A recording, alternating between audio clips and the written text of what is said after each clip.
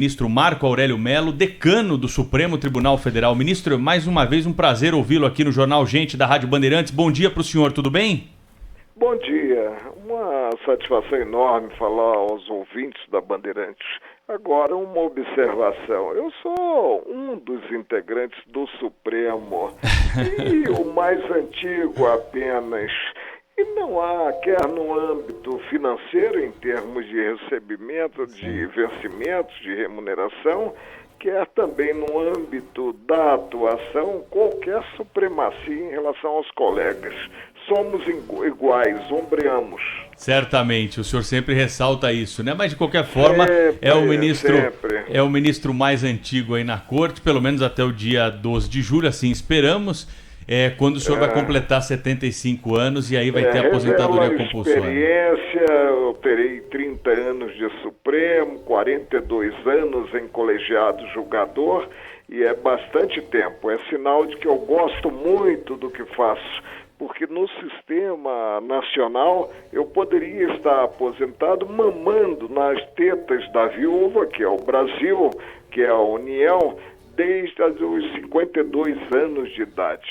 Nós temos que rever o sistema. Com certeza. Eu me sinto hoje muito habilitado a trabalhar e prestar serviço aos concidadãos. Ministro, então eu acredito que o senhor seja, talvez, a pessoa mais preparada para responder a pergunta que eu fiz agora há pouco aqui no Jornal Gente, para o presidente do Congresso Nacional, o senador Rodrigo Pacheco, que é um criminalista, é um advogado, né, muito experiente. É da área. Mas o senhor, com a experiência que tem aí no Supremo Tribunal Federal, talvez possa esclarecer para o nosso ouvinte. A imunidade parlamentar, ela é ou não é absoluta? Não há direito algum na Constituição Federal absoluto. Nós temos preceitos, temos princípios na Constituição que se entrelaçam. E aí cabe realmente, em primeiro lugar, indagar o elo entre o que é feito pelo parlamentar, né, e a imunidade. Se ele teria ou não atuado no exercício do mandato. E segundo, também algum extravasamento que possa ter ocorrido. Fora disso, é potencializar aí o que previsto no artigo 53 da Constituição. Ministro, na mesma linha da pergunta do Pedro, mas em relação a outro princípio, liberdade de expressão. Existe, na opinião do senhor, limite à liberdade de expressão? Liberdade de expressão total. Agora, o que é que nós temos? A liberdade de expressão não isenta aquele que a utiliza de responsabilidade, quer no campo civil, quer no campo administrativo, quer também no campo penal. E nós vivemos em sociedade que pressupõe urbanidade, civilização, respeito mútuo. Ministro, bom dia, Eduardo. Sim, Eduardo, tenho um filho com seu nome. Eu ia até fazer uma brincadeira aqui com o senhor, ia perguntar se o senhor já tinha se acostumado a ser o decano, porque eu cheguei a ler aí um prócer, um especialista em Supremo, dizendo que depois da aposentadoria do ministro Celso de Mello, o Supremo ia ficar sem decano, né? Imagina, ele é insubstituível. Como quem diz... como quem diz que... falta de conhecimento de algumas pessoas, como se decano fosse o título, né? Cardeal... como se fosse realmente alguém que se destacasse, fosse superior aos demais. Ninguém é superior a quem quer que seja, nem mesmo aquele que exerce a presidência, ainda que autoritário. Tinha um desembargador aqui no Tribunal de Justiça de São Paulo, né? O ministro Marco Aurélio deve conhecê-lo, não vou revelar o nome, porque ele me falou isso numa conversa reservada, mas ele falava, é um jeito educado de não chamar o sujeito de velho, né? Falar de decano. Ele brincava dessa forma, mas é o... A PEC da bengala, exato. Né? E agora, se viesse a nova alteração para chegar-se aos 80 anos, seria a PEC do babador. Eu vou fazer aqui um vocativo que talvez o senhor goste mais. O flamenguista Marco Aurélio Mello. Aí sim, aí eu fico empolgado, né? Estou pronto para enfrentar o Internacional da Rosa Weber no domingo. Bom, ministro, poder legislativo versus poder judiciário. Existe isso quando o Supremo Tribunal Federal, ou cada um dos seus ministros toma a mesma decisão contra uma idiotice, aliás, uma não, várias, ditas por um dos quase 600 parlamentares brasileiros? Não existe. O antagonismo não existe. A Constituição Federal, e considerada República, atribuiu ao Supremo a guarda dela, Constituição, e por isso ele fala por último. Ele tem uma independência maior. No caso da prisão do parlamentar, há regra, e nós protegemos também essa regra, segundo a qual, uma vez determinada, há comunicação à Casa Legislativa para que delibere se ela prevalece ou não. Mas é o sistema de freios e contrapesos funcionando. E se por acaso a Câmara dos Deputados, a meu ver, virar as costas ao povo brasileiro, afastando a prisão desse moço, um populista de direita, fanático e, portanto, de uma agressividade ímpar, eu diria, super exagerado, eles prestarão, os deputados prestarão contas nas eleições de 22, né, aos eleitores. Ministro, por que a prisão desse deputado é necessária, segundo decisão unânime do Supremo Tribunal Federal? Pela periculosidade demonstrada, sinalizada por ele, pela existência do crime permanente que ele vinha praticando, inclusive dizendo, que ameaçando quanto a surra de integrantes do Supremo e também mediante ofensas que não se poderia imaginar. Eu disse, olha, tenho 74 anos, 42 em colegiado, nunca vi uma fala tão ácida, uma fala tão agressiva, uma fala tão chula, partindo de um deputado federal, de um representante do povo brasileiro. Não é esse o papel do deputado federal. Ministro, hoje muitos colunistas têm posições aqui diferentes a respeito do que está por vir a partir desse momento. Por isso.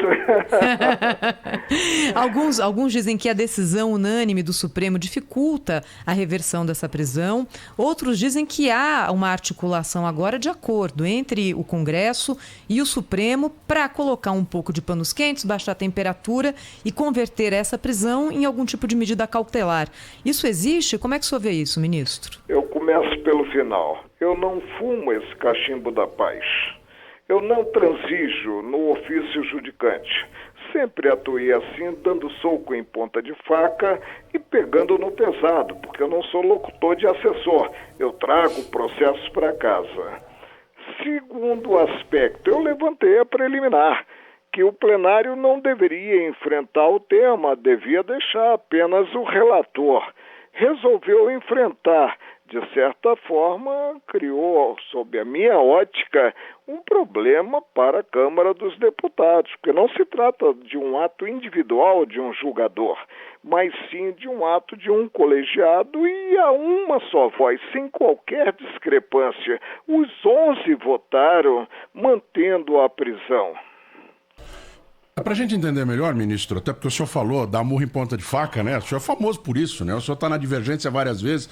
Lembram-se do André do Rep que eu apliquei a lei e disseram que eu não podia aplicar a lei? Eu ia até lembrar esses casos, assim, alguns bem polêmicos. Mas nesse caso o senhor manteve o deputado preso e o senhor está falando, eu não tenho, obviamente que eu não tenho conhecimento jurídico para usar o termo certo, mas eu estou entendendo que o senhor está falando em crime continuado, quase. Sim, crime permanente. Crime permanente continuado. Ou seja, mesmo que ele tire o vídeo da internet, ele continua sendo um perigo para a sociedade, no entender do senhor? Sem dúvida, porque ele tem a potencialidade de repetir o que ele fez. O senhor tem medo que... A prisão preventiva existe para isso. O senhor, quando o senhor toma uma decisão dessa, o senhor pensa no que aconteceu no Congresso americano, por exemplo? Não penso. Se com o meu voto, segundo a minha ciência e consciência, o teto tiver que cair sobre a minha cabeça, vai cair. Eu não ocupo cadeira voltada a relações públicas. cadeira voltada a buscar, acima de tudo, o entendimento entre as instituições. Não é isso. Quando eu digo isso, ministro, exercer o meu papel. Mas quando eu digo isso, é no sentido desta fala de uma autoridade ou de um representante incitar as pessoas a invadir um prédio público, como aconteceu nos Estados Unidos. É esse o perigo que o senhor vê quando o senhor solicita que ele continue preso? Eu também vejo um contexto, vejo um grande todo. E aí cabe, evidentemente, ao juiz do Supremo atuar com desassombro. Ministro... Agora, eu diria, falam muito que a refeição no local de custódia não é muito boa, mas ele tem o que perder em termos de físico. Ministro Marco Aurélio Mello está conversando conosco ao vivo aqui no Jornal Gente da Rádio Bandeirantes. O Supremo vai, também entrevista que está sendo retransmitida pelo portal UOL, viu, ministro? Ontem o ministro Gilmar Mendes participou conosco aqui do programa e nós perguntamos para ele a respeito da prisão... Tiveram melhor servidos do que agora. Não. Tão bem servidos quanto agora. Mas nós perguntamos para ele, né, além dessa questão aí do deputado, sobre outras pautas que estão pingando aí para o Supremo decidir nos próximos dias. Uma delas, a audiência de custódia. E hoje calha com o dia da audiência de custódia do deputado. Eu votei acompanhando o relator. Preso o cidadão, ele tem que ser apresentado ao juiz, seja qual for o título da prisão. Se for prisão em flagrante, se for prisão provisória, temporária... O que se busca com isso é saber da rigidez daquele que foi preso. Se não houve maltrato, se não houve tortura, etc. E nesse caso específico do deputado, hein, ministro? Nós temos uma prisão em flagrante, aí ela teria de ser convertida numa prisão provisória. Há um conflito aí com a legislação... A prisão em flagrante não é mais título da custódia. Ela ocorre para evitar que se continue a praticar crimes, mas aí o ato a ser formalizado, levando em conta o flagrante, é retratado na prisão provisória, na prisão processual, na prisão preventiva. Por isso que eu pergunto para o senhor, no caso específico do deputado, como que isso pode ser feito? Essa conversão em provisória, ela pode acontecer? Já houve, para mim já houve. Agora, e já houve na voz do Supremo, da unanimidade dos integrantes do Supremo. Agora, certamente não teve contato direto, tete a tete, o relator com o custodiado. E aí caberá a ele requisitá-lo. Ele virá do Rio de Janeiro, dará um passeio de avião até Brasília, às custas da viúva, né, para esse contato. Ou é possível que o ministro Alexandre de Moraes delegue a um juiz federal no Rio a prática desse ato. Isso é possível. Vai ser um juiz do próprio Supremo, né? Eu não sei, eu esqueci o nome técnico. De início é um juiz do Supremo, mas no caso, se houver a delegação, se ele próprio não quiser fazer a audiência de custódia, ele, ministro Alexandre de Moraes, ele pode delegar a um juiz em exercício no Rio de Janeiro essa feitura. Agora, o que ele não pode é mandar um assessor, ou mesmo um juiz auxiliar, um desembargador auxiliar. Aliás, o único juiz no meu gabinete, o único gabinete em que isso ocorre, sou eu. Ministro Marco Aurélio Mello, conosco ao vivo aqui na Rádio Bandeirantes. Ministro, para usar uma expressão popular, o Supremo mandou prender, a Câmara pode mandar soltar. Existe essa possibilidade real. Se isso acontecer, ministro, o senhor vê uma crise entre os dois poderes? Não, de forma alguma. Vejo o sistema funcionando. O sistema principalmente calcado no princípio de freios e contrapesos. É o que está previsto na Constituição Federal. O Supremo é guarda da Constituição Federal como um todo, inclusive quanto a esse artigo que prevê a soltura por parte da Casa Legislativa. Não tive a oportunidade de perguntar para o ministro Celso de Mello, mas seria uma das minhas perguntas para ele, numa entrevista que estava marcada, foi desmarcada por conta do estado de saúde dele, antes de deixar o Supremo Tribunal Federal. Mas quero perguntar... Está me chamando aqui no celular, deixa eu colocar no silencioso. Pois não, o ministro Marco Aurélio Mello está recebendo uma ligação lá. Nós gostamos de jornalismo ao vivo, ministro. É isso certamente. É assim que acontece. Mas a minha pergunta para o ministro Celso de Mello e para o senhor como decano agora é o seguinte: existe algum caso que o senhor gostaria de julgar antes de terminar? Você ia perguntar isso? Eu ia. Então tá aí, a mesma pergunta aqui do Pedro e do Eduardo para o senhor. Existe algum caso que o senhor gostaria de julgar antes de deixar a Suprema Corte Brasileira? Sim, todos os casos que estão sob a minha relatoria. E com o julgamento mediante sessão virtual, se tornou possível julgar um número maior de processos. Eu, por exemplo, antes da crise da pandemia, a pandemia tem esse aspecto positivo, eu estava com 150 processos no plenário na fila, e a fila não andava. Agora, com a sessão virtual, sim, ela anda. Mas, infelizmente, alguns colegas pedem destaque, e não estamos aí no sambódromo, nas escola de samba, né? E tira da sessão virtual para a videoconferência no plenário. E o plenário continua lerdo, inclusive julgando por videoconferência. A turma não, é muito mais ágil. Mas, infelizmente, há esses pedidos, inclusive o novato. Ou seja, aquele que está na parte oposta da cadeira que eu ocupo na bancada no plenário. Ele, ultimamente, tem apresentado destaques.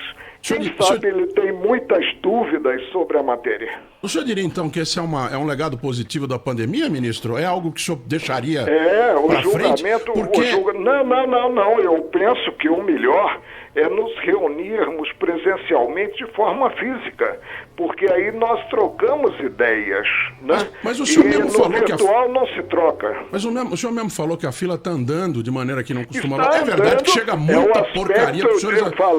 Eu falei em aspecto positivo para fazer frente à pandemia. Sim. Agora, afastada a pandemia, vamos voltar à normalidade. Mas chega muita porcaria aí para o senhor avaliar, ministro. Chega muito troço que o senhor tem que chutar para frente. O Supremo não merece isso. Quando eu penso que já vi tudo, né? Chega alguma coisa que me estarrece, perder tempo, né? E eu não julgo papéis, julgo destinos, com temas, com controvérsias, com conflitos de interesse que deveriam estar na primeira instância e deveriam encerrar na primeira instância, se é que não se chegou a um entendimento na mesa de negociações. Agora, nós precisamos rever o sistema. Eu vou deixar resíduo, e não me envergonha deixar resíduo de processo, porque entre celeridade e conteúdo, se eu tiver que sacrificar alguma coisa, será sempre a celeridade, jamais o conteúdo como julgador, como Estado juiz. E desses 150 processos que o senhor citou, ministro, antes da pandemia, quantos hoje estão na fila? Não, agora não há fila. Está zerado? Estou zerado em termos de processos por mim liberados. Agora eu sou, no tribunal, o juiz que tem o maior número, eu não sei se eu já caí para o segundo lugar, estaria muito próximo de cair, que tem o maior número de processos aguardando exame. Mas não dá, simplesmente é impossível. Eu já não sou mais um operador do direito, eu sou um estivador do direito e eu trabalho de sol a sol, inclusive em feriados. Ministro, a Lava Jato tomou muito tempo do noticiário nos últimos anos pelos melhores motivos. E agora, mais recentemente, tem tomado pelos piores. O senhor, ao longo desse tempo, ou agora, com esses fatos mais recentes, teria alguma decisão a rever? Teria algum ponto a dizer, aqui nós tomamos uma decisão equivocada à luz dos fatos que sabíamos à época? Ou o senhor acha que está sendo feito muito barulho em torno daquilo que está sendo discutido com essas mensagens? Fale um pouquinho desse assunto, ministro. Olha, para mim há um trabalho aí que tem que ser aplaudido. Trabalho de Curitiba. Nós nunca tivemos, como tivemos na atuação de Curitiba, dirigentes de partidos, pessoas do alto escalão presas. Isso nós não podemos deixar de reconhecer. realmente nós avançamos em termos de busca de dias melhores, de combate à corrupção. E não cabe potencializar este ou aquele pecadilho, porque a justiça é obra do homem, ela é sempre passível de falha. Se há uma falha, que se recorra e o órgão revisor, então afasta essa falha. Agora, chegasse ao ponto de execrar o próprio juiz que foi titular lá da 13ª Vara Criminal, o juiz Sérgio Moro, é um passo demasiadamente largo e eu não dou esse passo. Ministro Marco Aurélio Mello, muito obrigado pela entrevista aqui para a Rádio Bandeirantes. Esperamos voltar a conversar com o senhor. Uma entrevista bem aberta, como é do meu estilo. E como os ouvintes gostam, tenha certeza disso. Esperamos contar com o senhor aqui outras vezes. Não um abraço. Vou morrer após 12 de julho de tédio. Certamente não. Olha, e ministro, eu não quero ser agourento aqui, mas eu acho que a entrevista mais alegre na segunda-feira seria com a ministra Rosa Weber e não com o senhor, viu? Ah, é? Para acho mim que nem falei, não quero ser agourento. Principalmente. Um abraço, ministro. Até a próxima. Um abraço. Tchau, tchau. Rádio Bandeirantes.